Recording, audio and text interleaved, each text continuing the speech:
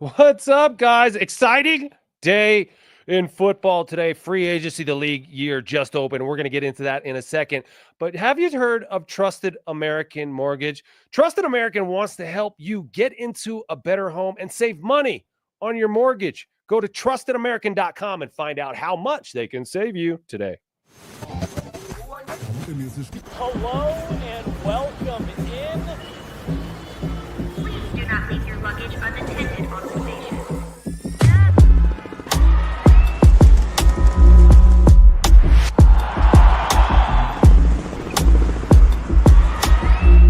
Welcome to the show. That's right. Welcome to the freaking show. I was just retweeting this thing because this is exciting. We're getting this party started. I will also retweet it. Okay, yeah, retweet it, Brandon. How are you, dude? I'm good. It's officially the start of the new league year. The 2025 football season is here. Last year, let's put that in the past. That's right. It is 2025, and it's all about the Broncos making a big playoff push this year, and they didn't waste any time here with free agency tampering ending. Yeah. And the new league year starting. You can sign whoever you want if they're available. Make trades, they become official. Everything is official starting now. You cut guys, it's official. Okay. And so officially official is the newest signing that just came down the pike on the little X Twitter verse. Evan Engram. Evan Engram has decided to sign with the Denver Broncos, a coveted tight end, released right by the Jacksonville Jaguars. Evan Engram has played 8 seasons in the NFL. 6'3", 240-pound tight end, a guy who possesses a lot of superior type of receiving skills. The Broncos immediately, their antenna went up then when they saw he was available, like a lot of teams. He visited with the Chargers, right, yesterday, but the Broncos got their guy, their joker. Talk a little bit about Evan Engram signing. Well, I think that tells you all you need to know. Just look at it against a team in your division that you think is trending in the right direction. They were a playoff team. We know what Jim Harbaugh can do as a coach. We see Justin Herbert's talent, know that their pieces have kind of changed in recent years with moving on from Eckler and Mike Williams and Keenan Allen. But as long as they got Herbert, it's going to give them a chance. They move on from Joey Bosa. He's now a Buffalo Bill. And so the fact that Evan Engram comes here, then he goes to LA and decides to sign here on not the biggest deal. I pulled up the contracts on average for these tight ends. Yeah. And he is kind of in that like just under 9 to he's somewhere between 9th and 12th, depending on where. What is that deal again? Go. What does it look like? It's 2 years, $23 million. Okay. With 16 guaranteed. Okay. So it's at minimum a 1 year, $16 million deal. Travis Kelce's your highest paid tight end at 17 and change. This is the average annual value. I'm not doing because like Hawkinson has a 5-year deal and Kittle's on a 5-year, $75 million, or whatever it is. So Kelce, Hawkinson, Kittle are all north of 15 million.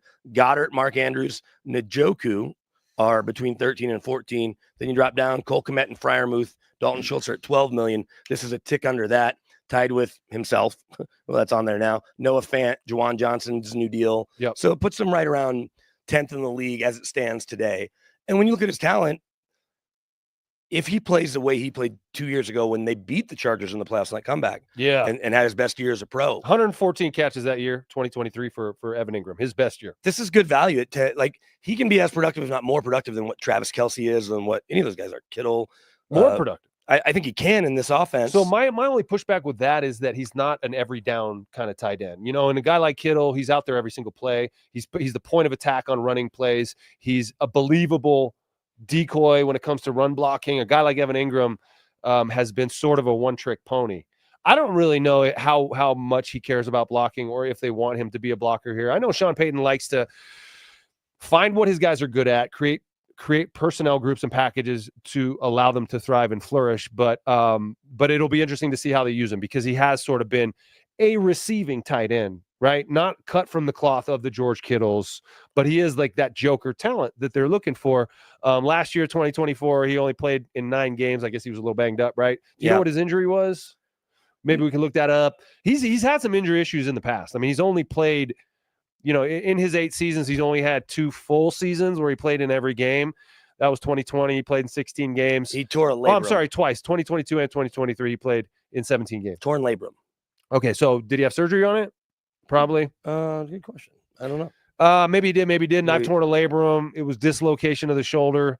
And, medical intervention in that regard, really good. I haven't had a problem with that shoulder since I had it surgically repaired. But we've been hearing about that the Broncos want a joker. What is a joker? What is a joker? My opinion is a joker is an offensive skill position player who is able to create mismatches with his superior receiving skills. So that means it's not a receiver, because receivers get covered by corners. Those are the best cover guys on the field. So you can't, unless you're just an amazing receiver, then you're a joker wherever you go. Like Randy Moss or Megatron. Right. No matter what, they feel like a mismatch, even when the best corner's on them. Right. But for a tight end or a running back, guess who you have covering you? Usually linebackers you're faster than, or safeties that you're bigger than, depending on if you're a tight end or a running back. And so if you are a tight end or a running back who has above average receiving skills, you can kind of be thought of as a joker. And then if you're also a guy who can run every route in a route tree as one of those players, a running back or a tight end, and be able to run routes in ways that receivers typically would run them, then you're also considered a joker. Shannon Sharp was a joker, kind of the original joker, a big receiver they turned into a tight end. And Evan Engram kind of has that body, right? Travis Kelce is a joker. Jimmy Graham, who they had in New Orleans, was a joker because of his superior receiving skills and his ability to go high point balls and just use his body to go do that. Well, Evan Engram is that guy. He has that quick twitch ability. He runs routes like a receiver. He can run every route in the route tree, a lot of double moves. He can set guys up in ways that a lot of tight ends can't. And really, these Broncos need an upgrade to the tight end. They might still draft a tight end, right, Brandon? I think so. But the production from the tight end room last year was lackluster. Lucas Kroll led this team in receptions with 19. I would have guessed it was Troutman without even thinking about it. Yeah. Or even because Atkins. He had a couple big plays, right? Well, Atkins, every time he caught the ball, he scored. But Troutman had 13 catches. Man, and as the starting tight end. Lucas Kroll had 19, Atkins had 14. So, not any production. When you think about what some of these great Sean Payton offenses have had, you're going to go first to Jeremy Shockey, we had with the Giants, Jason Witten with the Cowboys, obviously a Hall of Famer, and then Jimmy Graham all those years and what Jimmy Graham was able to do, and some other pretty athletic tight ends that he's had along the way. We could go down that list of Saints tight ends, but he's had some guys that do create those mismatches. And so Evan Engram is absolutely that. He's going to have more catches than all those guys added up without question. Probably whatever they've gotten from the tight end the last 2 years, he'll have more than that totaled each year. I don't know. I can't remember what it was a year ago. He and Trevor Lawrence both had surgery a week before Christmas. Okay. Or a week or two before Christmas on each of them having a shoulder issue. Okay. But so he did have surgery in December. So not sure that exactly. thing ain't quite right yet. I can promise you that. It was, for me, they said 4 to 6 months, and it was every bit of 6 months before I could, because you're blocking, you're getting torqued. You got defensive linemen who are running your arm in their opposite direction. And so that little stuff, he's going to have to make sure that he's ready to go. But I would say, and this is a concern levied at several of the Broncos signings, not just Evan Engram, but Hufanga and Dre Greenlaw. They were injured. Well, number one, every football player, if you get past year 3, 4, 5, you're going to have some injuries under your belt. That's just part of the game. Everybody gets hurt. But I would say with the Broncos in particular, what they've shown in the last couple of years is that they're a remarkably healthy team, a really good team at keeping guys healthy. I think they lost, the fewest number of games to injury these last couple seasons, or at least, 1 or 2. They're right at the top of the list. Which says a lot about their training staff and their ability to keep guys healthy. So I think for a guy with injury issues, the Denver Broncos are a pretty attractive location. And I think that's probably a selling point. They can look at the data, and we could probably go back and find out if the Saints didn't have a run of injuries when Bo Lowry was there, because then Bo left and was in Baton Rouge at LSU when Joe Burrow and company led the Tigers to that national championship with that historic run they had a couple years back. And so Bo Lowry comes here. Sean Payton gets the Walton Penner Family Ownership Group to write a check to get Bo from Baton Rouge to Denver. How much do you think that check was? A lot. Really? For Bo Lowry. What's Bo putting in the water? I mean, what is it about what they do that's so groundbreaking? I don't know. Yeah. I wish I did. But I don't know exactly what he's doing. Because I need some of that. Absolutely. I need a little bit of that. The movie with James McAvoy and Angelina Jolie Wanted? Is it Wanted where they're assassins? Oh yeah. And they would get in that like spinning the bullets. yeah, but they would get in that like weird milk bath that was secret Oh, formula, okay. and they would recover faster. Wow, I want some. Yeah, of that milk. I want one of that. I want a milk bath. Maybe like that's what they're doing over there at could be Common Spirit. Broncos Park, powered by Common Spirit. Yeah. But it is easy to sell. Hey, you've been banged up in New York. You're banged up a little bit in Jacksonville, certainly last year. We know how to in San keep you Fran. healthy. We can keep you healthy because we've kept all these guys healthy, and Bo has this track record of keeping guys healthy. But the other side of it too, because you mentioned Hufanga and Dre Greenlaw coming off these injuries, is that the Broncos are getting bottom end of. If Evan Engram had a season last year like he had the year before, he's at the top and he's making 15 or 16. So you're not saving a lot of money. 114 catches is a lot of balls. But you're saving $4 or $5 million here, a couple million, and that adds up to another player. And one other thing too about Ingram, he was with Davis Webb for a couple of years in New York. Davis Webb, the quarterback's coach, now one of the many assistant head coaches. I think there's 3 or 4 of them, I think, that all got promoted to assistant head coach. So they stayed here. But Davis Webb can go into Sean Payton and George Payton and vouch for Evan Engram and say, I saw this kid work. Yep. When he's healthy, he is the joker we need. And I'm sure that's what Davis said.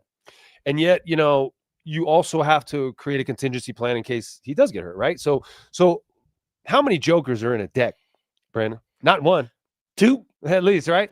So to me, you're not done getting your joker. You still want to get a guy who has those skills. Maybe it's a running back. Maybe they're going to draft a couple running backs. Maybe one of them is a guy you can see you can develop into an Alvin Kamara or Darren Sproles type of guy, because those were jokers, right? Absolutely. And wouldn't it be better to have multiple jokers on your roster like the 49ers had multiple jokers? Even though Deebo Samuel was a receiver, he played in a way that was kind of jokery.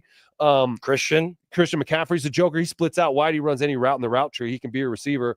And then George Kittle, to an extent, also a joker. So the more jokers, the better, right? And even like another tight end joker. I mean, are they going to draft a young guy who they see they can develop? Because, Evan Engram is not young. No. He's on the other side of 30. I also have an idea, and I think that I put this out in the Twitterverse. They like Lil Jordan Humphrey. They want to keep him around, but they might want to also get a free agent wide receiver or some bigger name wide receiver, which would kind of bump Lil Jordan Humphrey maybe off the roster compared to like you got Devon Vele, you got Troy Franklin, you got Marvin Mims, you got Cortland Sutton. And then if you add a receiver, that's 5, Lil Jordan. Why not move Lil Jordan to tight end? I think that's something that they're seriously thinking about. And then he could be a joker because he's used to running routes against DBs. He's a physical receiver. He could put on 10, 15 pounds and carry it well. And then also he's got superior yards after the catch skills, I think, better than anybody else in that room. So I think Lil Jordan Humphrey could be a guy you could also develop at the same time. Yeah, if they keep Lucas Kroll and they've signed him to a 1-year deal, so they obviously want him through the summer. Yeah. If LJ moves inside, which I think is probably the plan, that's the sense I get talking to people over there, that LJ is going to maybe look to play tight end so that he can stick around. But even as a bigger wide receiver, he will be a smaller tight end, not small. Nonetheless, he's a willing blocker. We know that. Don't know exactly if you're lining him up, at the point of attack. Sometimes let's see if he can handle it, type of thing. But then you can also throw him at wide receiver in a pinch in a game because somebody goes down and somebody's already hurt that day and you didn't bring one up, or they clearly like him. And he's a polarizing player. A lot of fans have certain feelings about Lil Jordan, but the things he does that you don't see, that you don't get to watch on film, those are the things that make you a good teammate and a good piece of the puzzle. I think he started probably half the games. Him and Cortland Sutton were the first 2 receivers out there. And if you consider him kind of like a small tight end, that's a package that would still exist. Cortland Sutton is the 1 receiver, a 2 tight end package with 2 running backs, or you know what I mean? Like, so there's be a lot of things you could do with Lil Jordan Humphrey if you call him a tight end that could take advantage of some mismatches and use his physicality, but also his receiving skills. We'll see. That's, of course, like, deeper roster building stuff. And right now we're talking about the free agents that the Broncos have signed. So talk about the other moves that the Broncos have made in the last couple of days. I know Dre Greenlaw, Hufanga, and then Justin Sternad re-upped. Re-signing their guys. Yeah. Jarrett Stidham. Stiddy. If you could run through what we know so far, Brandon. Okay, so you lose. Let's talk about the guys you lost real quick. That way you can say thanks and we'll see you later. Yep. Maybe the one that, I don't say surprised people, but good for him, Cody Barton, who gets a look in Tennessee, 3 years, $21 million. And I don't know the staff up and down in Tennessee, but they may not have a lot of familiarity with them because it's not a lot of Seattle guys or anybody that was in Washington or here. But in 6 years, he's never, he's always been a special teams guy. They pay you three years, $21 million. He's going to be the Mike linebacker for the defense there in Tennessee. So you lose him on probably the biggest deal. You lose your punter, Riley Dixon, who's been pretty good the last couple of years. What was that all about? Why? I think you got a pay raise. They paid him $6 million. Who paid him $6 million? The Bucks paid him $3 million a year, and he made 3.5 over the last 2 years. Hunter. Jeez. So he gets a pay raise, and he can throw the ball. We know that. Although that throw he threw to Marvin wasn't that great. No, Marvin had to go moss that dude Yeah. and go up and get it on a little out, man. Throw it. So you lose those guys. Javonte Williams Oh, yeah, is now a Javonte. Dallas Cowboy. That's exciting for Javonte, I right? saw somebody that said he's going to have a bigger year than Saquon did. I was like, let's Whoa. pump the brakes. So it was a Cowboys fan, and not even a media member, a straight fan that like ended up in my timeline because I'm from Dallas. So my For You feed got me the guy that said Javonte is going to have. I'll take the under. Love the optimism, right? I'd love to see it. How would we feel if Javonte becomes a Pro Bowler in Dallas? Shake his hand, I think. Yeah. You understand why they're moving on from him and why they want to get better there. The one thing, I don't know if we've talked about it much, and we'll get back to all the moves that were made. If you ask people in that building on the personnel side, coaches, they think their running backs underperformed when given the opportunity. Your point the other Broncos? day, point the other day about, well, if you're not going to run the ball consistently, it's hard to really be effective anyway, is totally valid. But even on the run plays or as they were or the run plays where they did gain yards, there were more yards to be gained. Not a lot of second level runs. Between second level or missing holes or not taking advantage of the crease that was there enough.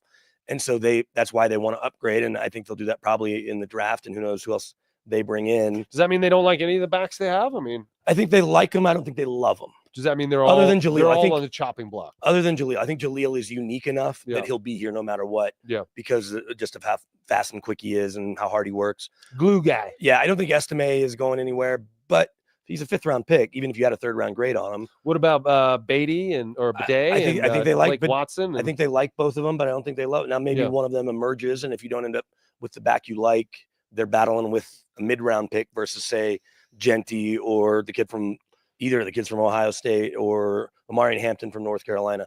But as far as other moves, the Broncos re-signed their own guys. So you mentioned Justin Sternat, a 1 year, $1 million and change to come back to be another glue guy. Yeah. Versatile backup linebacker. I don't think so. It's a 1 year deal. 1 year, 1.47. So is that like a league minimum, or is it? It's a little more probably because of his years of service. It's probably a little bit of a pay raise. It goes up every year. Yeah. No matter what, but they gave him a little on top of that. I think so. A little signing bonus too. Or? Yeah.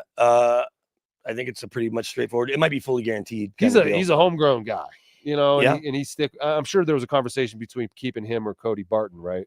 And it's Justin Sternad has been here how many 4 years now? No, last year was his 5th. Wow. So this will be a 6th year. So a guy they know very well, a good locker room guy, been here through some regime changes, smart, played some good football yesterday. Maybe he played yesterday. I don't know. He's fast. Yeah. But he's Really good special teams player. Yeah. And you're getting him for $1 million. Cody Barton's $7 million a year. So you're getting because the plan is right now to play Dre Greenlaw and Alex Singleton together. And then to continue to bring That's a formidable middle right there. To bring Drew Sanders along and then have Justin Sternat as depth / special teams. So Alex Singleton coming off an ACL. He was running this week. He told us at the Super Bowl that if they had played in the Super Bowl, he would have been cleared to play. Said Bo cleared him to play. And it was a funny story because he sat down with us and his wife was having a baby. She was at like 39 weeks. He flew out for the Walter Payton Man of the Year, like flew in Thursday morning, flew out Friday morning. But so we talked to him. So he actually made the flight with a 39 week. He did. Oh man, he did. It was just like crossing his fingers. Yeah, wow. Brought his mom as his date, which was fun to meet her because she's always around and does a lot on social media. See, I had a baby due right around the 39th week, and I had a fantasy draft with my friends. And I didn't go to that. I think Walter Payton Man of the Year at the Super Bowl versus Scott. And I don't know if you were ready to jump on a private plane. He might have had that available to him. And it was in San Luis Obispo, which is kind of hard to get to. It's kind of halfway between. Why did you just have him come do it like in the mountains? Because that's where we all went to school, Cal Poly, and we kind of reconvened. Every year, is that where y'all go do it?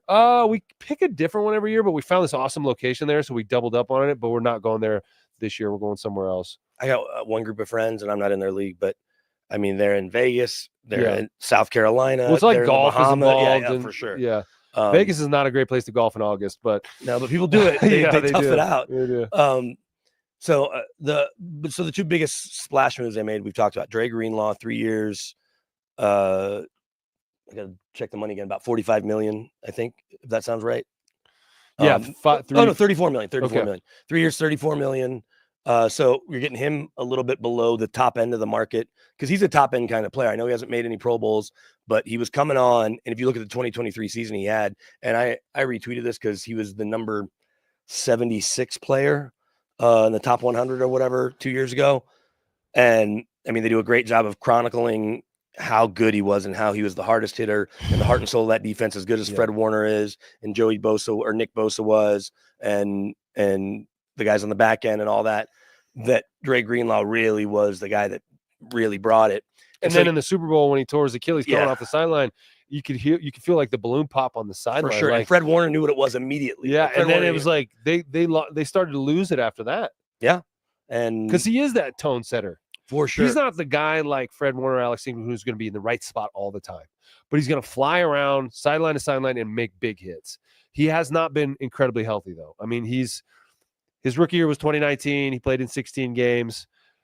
2020, he only played in 13. 2021, he only played in 3. 2022, he played in 15. 2023, he played in 15. And then 2024, last year, he only played in 2. So he's been a little bit inconsistent as far as availability. But again, it's about bringing him to a place that can keep him healthy, that can maybe do a better job keeping him on the field. Of course, it's always a risk playing the game at all, but signing a guy with injury history like that. But the upside with a guy like him, he's only 27 years old, was too big for them to turn down. And they had a need at middle linebacker, and the Broncos have assessed it. So Alex Singleton's health is going to matter a lot, but that's a formidable duo there in the middle. Well, and I think to your point, when you've got guys that are going to freelance, and that's something that's maybe not talked about enough with Garrett Bowles, but Garrett Bowles, for all the stuff he does well, sometimes can kind of go on his own. And guys like Troy Polamalu or Junior Seau, you need to pair them with somebody that can really understand him. So Dalton Reisner was a really good match with Garrett Bowles. Ben Powers is a really good match with Garrett Bowles. And there's those types of tandems all around football. Von Miller used to talk about how Derek Wolfe, he was his Steve Nash to Dirk Nowitzki, because Von being from Dallas and a Mavs fan, he's like, yeah, I would take all of his sacks. He would do the dirty work, and I would just go do what I want and get the sack. But to have Alex Singleton, who has been a leading tackler on a team similar to Fred Warner, but is always in the right place, is fast downhill, but isn't the fastest laterally, to pair him with Dre Greenlaw feels like almost a perfect match, similar to what Fred Warner was. And now you're getting Greenlaw coming back, hopefully hungry. He only played in one game and had 9 tackles last year in that one game, and they shut him down right away. And that was in December because he tore his Achilles in the Super Bowl. So did he did it flare up basically? And they're like, they're like, you know what, it's not worth it for and the Niners were, I think that was the same game when that dude who replaced him walked off the field. Oh, right. Remember, he didn't want to play. He's like, no, I'm not playing. He hasn't been signed. Oh, weird. Weird. You don't want the quitter on your team. Weird. I'm trying. I want to hit a couple more moves, and I want to ask you about a move related to that team, because we've already mentioned his name. The Broncos bring back Matt Parrott, and Matt Parrott was a guy that the Giants started. He started a bunch of games. He started a couple last year because of some injuries up front, maybe to Bowles once, maybe to McGlinchey once. Like, one of those guys that has the longest arms in the world. Like, his wingspan doesn't match, but $7 million. He could like slap you from here. Yeah, $7 million. I don't know where Quinn Bailey is in his recovery, but they like Forsythe as kind of their swing interior guy, and Parrott, and they'll have another 1 or 2 guys in that mix. And so they brought him back, and then DJ Jones gets a raise. Yeah, because DJ's had an interesting time here. He came in with great run stuffing grades on that Niners D. A lot of really good players around him, though, too. I'm not saying he wasn't a big part of that. Plays really well his first year with Hackett. His first year with Sean Payton. So year 2, you're like, is he even back on that third year? Because the guarantee was like, it's a 3-year, $30 million with 20 of it guaranteed. They brought him back, paid him the $10 million. Well, now they bring him back 3 years, $39 million, 13 a year. And DJ's a big part of what they were able to do up front. Yeah. So that's probably the biggest deal as far as a return. And then we talked about Hufanga. I think his was 3 years, 45. Does that sound right? Talanoa Hufanga, who he's in his 5th season. He's going to be coming into his 5th season. He's been with the Niners the entire time.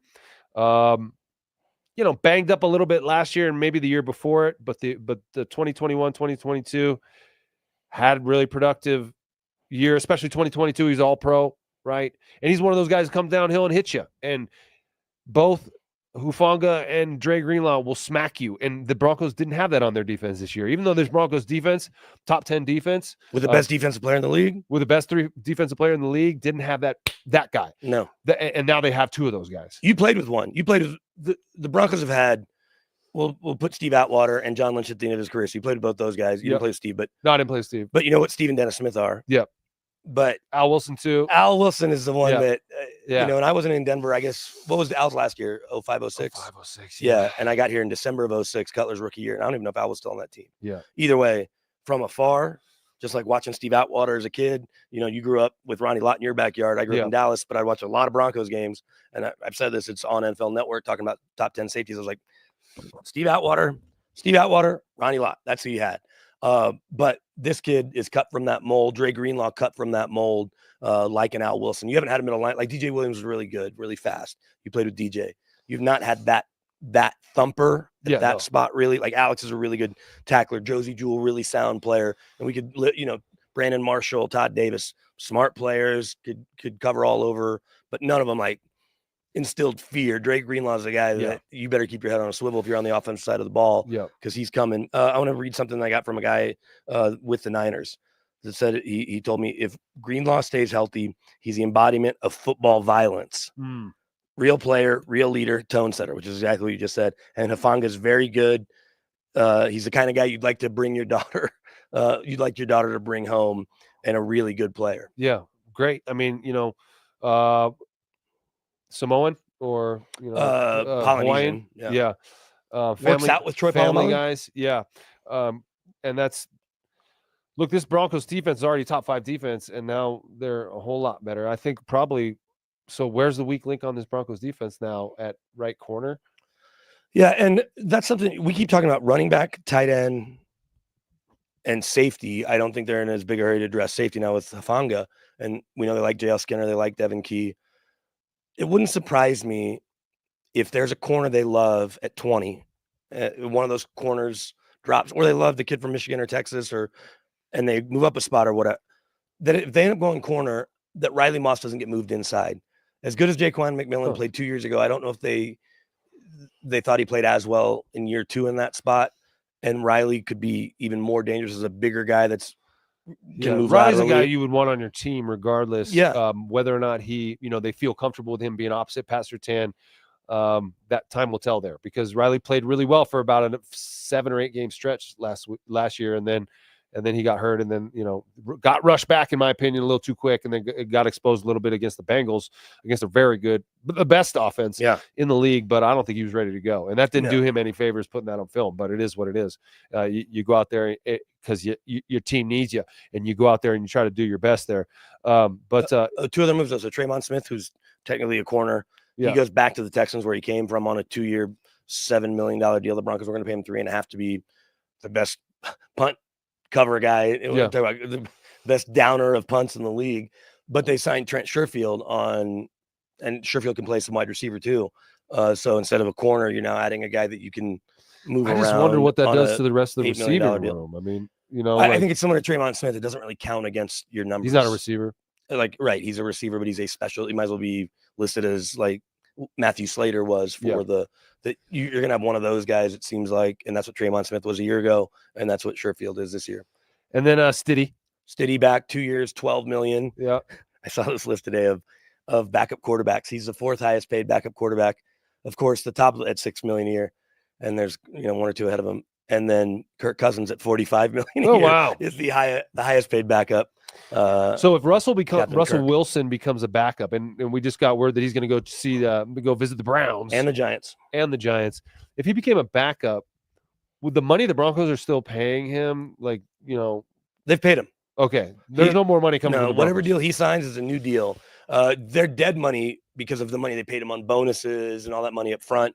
They wrote him the final check for $39 million, or maybe they wrote it for $38 million, and then the Steelers wrote him one for $1 million, or however that worked with his Steelers contract. But they're done. They don't owe Russ any more money. They've given him all of his guaranteed money. Okay.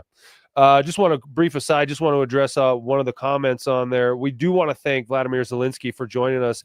He is pretty busy right now, but he was able to kind of take some time away from, I don't know, some pretty serious stuff to come here and talk Broncos. So we appreciate that. You should stop wearing black shirts, I guess. No, I don't think I that's guess his gonna- name is Volodymyr. It's not even Vladimir. Like Vladimir Putin, it's Volodymyr, VOLO. Okay, That's my how bad. I've been hearing people. Sorry, I pronounce it. mispronounced your name, dude. I will get it right next time. I'm trying to think. So I think that covers everything where the Broncos stand. They need to find a punter with Riley Dixon leaving. But as the Niners are overhauling their roster and, talking to some people out there, they did everything you would do in terms of leveraging your roster to win a Super Bowl. They just didn't bring Lombardi home. Yeah. It's like the Eagles are in kind of the same spot. That's why they cut Darius Slay, Yeah. trading They Gardner they brought Johnson, it home, but though. they've gotten that hardware to make it worth it. And they're going to be in the mix again this year because the guys they've cut, they may end up trading AJ Brown. We'll see. If Christian McCaffrey were to be available, would you trade for him with the Broncos, knowing that you're still going to owe him, because he just signed that new deal, so you're going to owe him some money. But would you trade for Christian McCaffrey? He was traded for, I want to say, a second, a third, and a fourth, which equaled out points-wise to like a first. So let's just call it a third, a fourth, and a fifth, or a second and a sixth. Would you trade for Christian McCaffrey to be your joker in this offense? Because you have the room over the next couple of years with the rookie QB. I wouldn't. I think that I would be afraid of that one. He's played a lot of football. He's played a lot of football. He's a running back, and they use him in so many different ways. And he's just been banged up, man. And last year, I think that it wasn't just like, oh, he got hurt. No, it was these weird phantom injuries, these Achilles issues, this Achilles tendonitis that had popped up in both legs and just began to nag him. And to me, that's indicative of overuse in a body that's maybe starting to shut down on you or go the opposite direction. And the productivity that you would want from a guy that you gave up that much for and that has had that much success would maybe backfire because of how much, you try to get on the ball. And then I wouldn't go that route. I think this Broncos team is building something for the future with a young and hungry crowd. And I think that drafting a couple running backs and sticking with these young core players is the way to go. Christian has 3 years left on this new deal with some voidable years at the end of it. He's 29 right now. When's his birthday? It says when his, He's expecting a child, though. He'll be 29 in June. He's expecting a baby. I don't know. Well, Olivia is. No, They are. he's actually pregnant. They're doing it different, bro. Good for them. It's Well, a San new- Francisco, dude. It is a new era. I get it. You can't assign that sort of I get it. stuff. But if you were to bring Christian in, you'd owe him, we'll just call it 25, 30 million, 35, give or take. You won't get crushed on. Do they have the money to be doing all that? Well, if you brought him in, you probably have to rework his deal again. And so they've probably maxed out about all the free dollars they have, except that you'll see they're going to end up working on a deal with Cortland Sutton. So his $16 million will turn into a bonus and can get kicked to the end of the line because he'll get a new 2 or 3 year deal. And then they'll probably rework a couple of other guys' deals. They still need to sign Benito. But as long as you have enough cash to pay these people these bonuses and pay it right now, then you just keep kicking the can down the road. And at some point, you're going to need the Super Bowl, or else you're going to end up like the Saints. And what would you bring Christian in? I would, because I think it's worth the risk. It's not that he doesn't want to be on the field with the Niners. He's got the stuff in his shins, like in it For the injury last year? Yeah, It it's was the like same thing Achilles for tendonitis or something. Yeah, but he had it in both. Yeah, in both. And so I guess you'd have to do a full workup on him. The Niners aren't in a hurry to get rid of him, I don't think. But as Kyle's continued to show us, he can throw. There's a lot going on. He can throw Garendo in. He can throw those other dudes in. Christian makes you better, and he'll be 29 in June. If you could get 3 years out of him, what? June 7th. Yeah, I'm 4th. Oh, so you're 3 days older than him. Yeah, barely older than old Christian. You think he remembers when you played Santa Claus? No. And it's funny because his parents have changed that story. Yeah, I heard. Feel free. Come on, because it's I'm not. No, it's teed up. It's teed up. It's Christmas one year. Yeah, Christmas 2003. I was a new Bronco. I was on the practice squad. Ed McCaffrey asked if I wanted to come over for Christmas dinner. So Christian's 7 or 8 then. And he's got a couple other brothers. Yeah, and Max, and he's the second oldest. So that's like 9, 7, 5, 3. So they asked me if I wanted to come over for Christmas dinner because they knew I had nowhere to go. Under one condition, I had to dress up like Santa Claus for the kids. And I was a young whippersnapper, as a rookie, and I was like, yeah, sure, dude. That would be awesome. So I showed up at Ed's house. He met me outside, gave me the Santa suit. Even better, you didn't have to go buy it. No, I did not. I went inside. Like, Spirit Halloween's closed. Ho, Dad. ho, ho. Merry Christmas, kids. Have you been a good little boy? What do you want for Christmas? All that. 10 minutes later, I leave. and I wait out in the car for a little bit, and then I come back as me. A couple of them looked at me a little weird, but no big deal. And then we had Christmas dinner, and it was really sweet of them to come and do that. But what I found out recently is now that when they retell this story, they replaced me with Jake Plummer. So now Jake Plummer somehow came and played Santa Claus for the kids. I guess it's a cooler story. I know I'm not as cool as Jake, but I was a little bit sad to hear that I've been scrubbed from that memory in the McCaffrey house. Well, what's funny, too, about the story was you said Jake was told the story and didn't dispel it. He's like, in his mind, he's like, I guess I did that. Did I do that? That sounds like something I may have done. And I'm like, Jake, no, you didn't. I did. I did, motherfucker. And now, like, the story's being changed, and it's just like how, whoever's in power writes history, right? Yep. And I'm not in power. Yep. So I don't get to write that story. No. But anyway, there is a reason why all those boys became so successful, and it was because of that Christmas and the motivation that they got from that Santa. You take all. You shouldn't take all the credit. You deserve all the credit. Thank you. Zelensky. And Lisa's dad, who was the second fastest man in the world, none of that matters. That year, when Santa said, you guys can all play college football, 2 of you will play in the NFL. Yeah, dream 3 big. Of you really. Dream big. Shoot for the stars. Yeah. If you can achieve it, if you can believe it, you can achieve it. Exactly. So and who better than Zelensky? But so your hesitation on Christian is just the health, because it's the health and the attention. Like, I think that, like, Bo is moving the ball around. This is the type of offense that's not going to rely on one guy. And I think that maybe a guy like Christian could upset the apple cart a little bit in the way that you try to force it to him. They would have to create a workload for him that was good for his body. I don't know. I just feel like the Broncos chemistry that they have rolling right now, it's about young talent and finding out who's going to be here for the long haul. And unless the Broncos are in a window right now in the next couple of years, then I wouldn't do that. But an incredible player, one of the best players in the NFL, and has proven it. And so if he was here, I'd be super excited about it, because, of course, I just had a lot more intrigue to the team and a lot more eyeballs on the team. Well, the other side of it is this draft is as good a running back draft, according to the draft experts, that we've had maybe ever, in terms of depth throughout at the top, with Hampton and the 2 Ohio State kids that are probably, and then obviously Genty ahead of all of them, although some people like Hampton more than Genty. Consensus, though, is that Genty is the most special. But when you talk about some of these guys, and we talk about Sean Payton and Jokers, Alvin Kamara is as special as they come. He's a third rounder. Yeah. And so you can find those guys throughout. I really like Devin Neal from Kansas. I don't think he has those traits. I think he's just a solid back. But I think that you're not going to have to give up that much to get Christian, and you're paying him whatever you're paying him. But if he only plays 10, 12 games, then the disappointment is also, I don't think they take that into account, because when you bring a guy and you're like, oh, he's only going to play this many games, although I know that's why they weren't in a hurry to try to get a deal done with Debo, because they feel like his best football is behind him. I'd love to think that Christian has a lot of good football left in him, but Father Time is so far undefeated. And if he were to rewrite that narrative, then that would be amazing. Do you want to take that risk, even if it's just a couple of draft picks and obviously the cash? Not even thinking about it's easy for us to think about the personal story, the ties to the community. Coming home. And, all of that. Yeah. But just from a football standpoint, do you want to give up a couple of things when you know there's a young running back that's 21 that you're like, oh, we can get so much more out of this guy than a 29-year-old, even though Christian's awesome when he's right. Yeah, and the skill set that he has is so unique that a guy like Sean Payton probably would salivate thinking about all the things that he could do on the field with Christian. Yeah. And so like we said before, it pays to have more than one joker, not just one guy who could create mismatches, but lots of guys, and Christian McCaffrey could do that. All right, let's move on to maybe some targets that you think the Broncos might be looking at. Let's do the one that's at the top of your list. Cooper Kupp.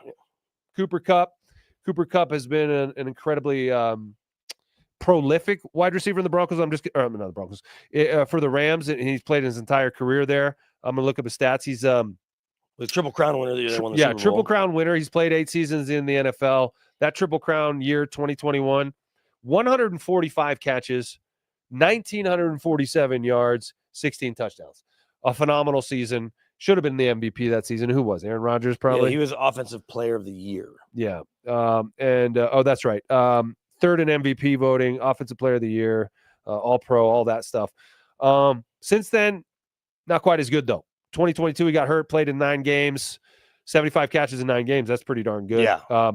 12 games in 2023. He only had 59 receptions there for 737 yards. And then last year, 2024, 12 games again, 67 catches, 710 yards. So falling off a little bit, still productive. If you were to come here and get 67 catches, that's still a pretty good season. Yeah. Especially with all the other guys out there. The reason why I like Cooper Kupp is because he is a do everything type of receiver. He can run every single route in the route tree. We don't have that guy right now.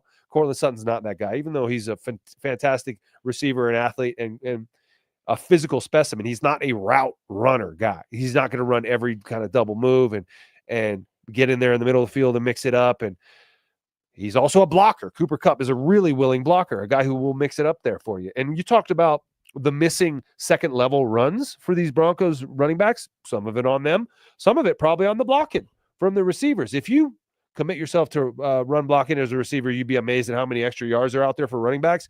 Cooper Kupp, notorious for working his ass off, showing up early, staying late, doing all the little extra things that the young receivers will look to and grow from. And so to me, it's not just Cooper Kupp's production on the field that will be a help to this team. It's what he would mean in the locker room. It's what he would mean for that room. It's the example he would set and the kind of, he'd be a coach in there in a way that I don't think necessarily Cortland Sutton is, and it would be great for this offense. Sean McVay a couple weeks ago was on Andrew Whitworth and Ryan Fitzpatrick's podcast. This was Combine Week, as he was talking about why they were allowing Matt Stafford to explore trades. And then towards the end, they asked him about Cooper Kupp. And he said that Cooper Kupp is as instrumental to what they've been able to create culture-wise with the Rams, because Cooper came in his first year with Sean his first year. And he said he's done everything right along the way and set a tone. You talk about a guy that works hard, extremely smart. The Yarbs, Kevin Yarbrough, their longtime receiver coach, or Eric Yarbrough. No, I know him. Yeah, he was my receiver coach in the Niners for the Niners for one season. So Yarbs can't say enough good stuff about Cooper Kupp, but they just felt like they've gotten the most out of him. And you just chronicled his health. If I'm Cooper Kupp, where it's probably not about the money, because he did have one big deal. I'm not saying he doesn't want to just, he wants to just go sign a 1-year, $1 million deal, but he doesn't need to visit 12 places. If I'm Cooper Kupp, I'm looking at maybe Washington, just because I think it's really interesting what they have going on there. The Chiefs, who are moving on from DeAndre Hopkins, but maybe they like adding Cooper Kupp. I know you don't want to necessarily get older when you got Kelsey coming back. Right. But maybe he's the right fit with Worthy and Rice coming off the injury. Like Cooper Kupp makes sense there. If the Eagles move on from A.J. Brown, does Philly make sense? And so I think if I'm Cooper Kupp, Denver's probably not the top of the list. The top of the list was probably not the bottom either. That's a credit to Sean Payton and where this team's headed, which is why Evan Engram picks here over the Chargers. If you're Cooper Kupp, you see Evan Engram coming here. You see Hufanga. You see Dre Greenlaw. 2 guys that I'm sure you didn't love blocking or getting tackled by. No, you probably, your ears perk up. Like, maybe this is the spot. Broncos 10-7 last year, made the playoffs for the first time in almost a decade. So things are looking up for the Denver Broncos, clearly ascending. They have their quarterback, they have their owner, they have their coach. Now they just got to fill out some other positions here. All right, so let's recap really before we get out of here. Broncos have signed Sternad, Jarrett Stidham, Fraboni. They brought their long snapper back. New 3-year deal for DJ Jones. Big in the middle. Pert. Is it Pert? It's P-E-A-R-T, and I think it's pronounced Pert. Remember Pert Plus, the shampoo plus conditioner in one? Of course. Did you use it? I mean, I did. Who didn't? I heard that you could use it to clean your tires, so it wasn't. Is that right? A little too much alkalinity in it. Oh, is that right? Yeah. Wow. Anyway. Is that why my hair is thinning? Yes, that's why. All the Pert Plus. The Pert Plus. In the green bottle. And then, so those are the homegrown guys. DJ Jones. Yeah. And then some new additions who really helped this team. Yeah, three names. Yep. Guys that have, I think Evan Engram's made a Pro Bowl, right? Yeah, I think maybe that 115-year catch. Season. And so you bring in. Dre Greenlaw actually hasn't made a Pro Bowl, but he's had some huge seasons. But still, guys that are going to come in and really help fill in holes, and now you can draft around your core. And you didn't have to break the bank on any of them. You look at some of these deals that say the Patriots are having to sign, and I get that they have $100 and something million. That's the other part of it too, is they get creative with the math on this. As it stands now, and I know Nick Gambino's got a new deal coming. Yeah. When he sees Myles Garrett get $40 million and Max Crosby at 35, Nick Gambino's going to at least be around 28, I would think. You think so? I think he has to be now. Just it's amazing market how, and I'm shifted. not saying he doesn't deserve it, but one season will do it. Yeah. At the right time. At the right time. Yeah. But that'll go. Still, as it stands now, they've got over $100 million in cap space next year. The Broncos. Wow. These new deals that's what they had at the start of this. Yeah. Like they had about $30 million to play with because you got to save $10 million for your rookies, and then $30 million-ish of new money that they could move So how around. much do they have now after making these signings? I haven't looked I know at next it's a year's little, cap, but no, he had They still 30 have a little money. and 100 next year. Yeah. I don't expect them to be able to make big moves anymore, but maybe there's a trade and a reworked contract with that. I think JFM wants a new contract. I think Zach Allen wants a new contract. So you got to watch out for that. And, you mentioned Russell Wilson meeting with the Giants. Yep. We also need to see where Aaron Rodgers is going. Yeah, Aaron Rodgers. Wow. Yeah, what if you were a betting man, where do you think Aaron Rodgers keeps going, or is he going to retire? No, he's not. He's not done. I don't think He's he wants not last year to be. The Steelers make the most sense to me if I'm Aaron Rodgers because of what Mike T's culture is, to let Aaron do his thing. And they've got now DK Metcalf and George Pickens to throw to. Yeah. And a really Freiermuth good defense. is a good tight Yeah, end. and Freiermuth. So I would think that the Steelers make a lot of sense. The Giants, you get to stay in New York. And it's the Giants.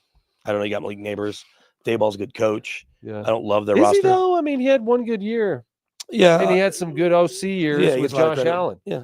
But he also had some bad OC years Yeah. in Cleveland. I was there for 1 week of it, and I'll tell you that offense was very He was confusing. OC when you were there? Yeah. Oh. Yeah, he With sucked. Mangini? Yeah, Yeah. for Mangini, he was bad. Nobody knew what they were doing. I got there at the end of training camp, and I was asking the guys, like, hey, what's this? They're like, I don't know, man. What me. year was that? This was 2009. So it's fair to say something that's kept coaching since Oh, yeah, 2009. he's learned. And he's been around Saban more Yeah. and Belichick more. I'm just saying, though, is he going into his fourth season in New York or his third? At least fourth. And he's had one good one. Yeah. Like you usually don't get that much bad stuff. This was because John Mara, after being on Hard Knocks last year and looking ridiculous with the Saquon stuff, he's given Joe Shane and Brian Daboll one more year. Yeah. Because they've gone through so many coaches, and that's not really what the Giants want to do, right? They had all these coaches for a lot of years, certainly Parcells, and they had Dan Reeves for a bunch of years and Fossil, and then Tom Coughlin forever. Yep.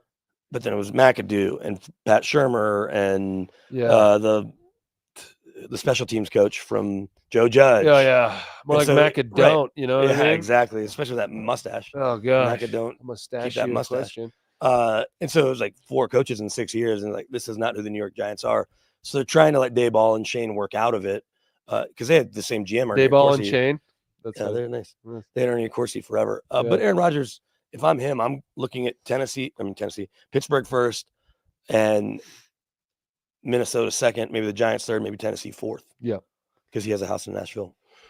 Well, lots going to unfold here in the coming days, and we'll be here with you guys tomorrow to discuss it on Off Field at the normal time, 11 o'clock. But we just wanted to bring you this special episode today and react to the Evan Engram signing. We knew it was coming. We could just feel it. They got their joker, exactly, and we wanted to be here to bring it to you guys and break it down. And we'll see who they continue to add. The Broncos not done making moves, but they made some awesome moves, and we're going to continue talking about it more tomorrow. This was brought to you by Trusted American Mortgage. Go check them out at trustedamerican.com. See how much money they can save you guys today on your house. Wouldn't you like that? Wouldn't you like to refinance it or get into a new home? They can help you with all those things. All right, that's it for us. He's Brandon Krisztal. I'm Nate Jackson. We'll see you guys next time on Off Field. Later.